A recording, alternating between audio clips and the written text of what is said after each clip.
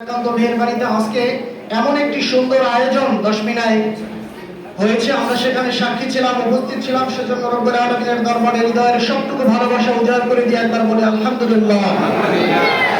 দুরূদ ও সালাম পেশ করছি মানবতার মুক্তির দূত, সর্বকালের সেরা মানব, যার আনিত বিধান শানিত করাই আমাদের লক্ষ্য, সেই মুহাম্মদ রাসূলুল্লাহ সাল্লাল্লাহু আলাইহি ওয়াসাল্লামের প্রতি জান্নাতুল ফেরদাউসের সর্বোচ্চ মর্যাদা কামনা করছি। বদর, উহুদ, খন্দক থেকে শুরু করে নিয়ে আজ পর্যন্ত পৃথিবীর দিকে দিকে কোরআনের জন্য, দ্বীনের জন্য, ইসলামের জন্য যারা জীবন দিয়েছেন, আল্লাহ সুবহানাহু ওয়া তাআলা সকল শহীদদেরকে জান্নাতুল ফেরদাউসের সর্বোচ্চ মর্যাদা দান করুন।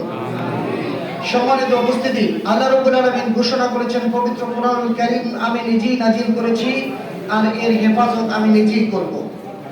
আজকে এই চমৎকার আয়োজনে যতক্ষণ বসা ছিলাম, আমাদের ছোট্ট সোনামণিদের কোরআন তিলাওয়াত যতক্ষণ শুনতেছিলাম, ততক্ষণ মনে হয়েছে একটি জান্নাতি পরিবেশের মধ্যে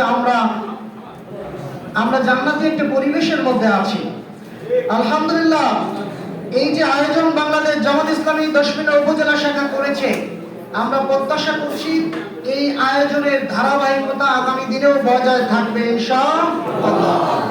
আর সাথে সাথে আরেকটি প্রত্যাশা রেখে শেষ করব, সেটা হচ্ছে বাংলাদেশে আরো যত ইসলামিক দল রয়েছেন, সকল দলগুলোই এমন সুন্দর সুন্দর আয়োজন করবে আমাদেরকে ঐক্যবদ্ধ করার জন্য, কোরআনের আইন ও কানুন বিধান সমাজ এবং রাষ্ট্র প্রতিষ্ঠার জন্য, বাংলাদেশের সকল মানুষদেরকে ঐক্যবদ্ধ করার জন্য এমন সুন্দর সুন্দর আয়োজন তারা করবে, এই প্রত্যাশাও রাখছি। সময় স্বল্পতা, সেজন্য কথা বাড়ালাম না। এই আয়োজন সফল হোক এই প্রত্যাশা রাখছি, এবং যারা আজকে এই আয়োজনে শরীক হয়েছেন, পার্টিসিপেন্ট যারা ছিলেন, প্রত্যেকের জন্য শুভকামনা রাখছি। আল্লাহ সুবহানাহু ওয়া তাআলা প্রত্যেকের কণ্ঠের মধ্যে আরো দরদ এবং বারাকা দান করুন।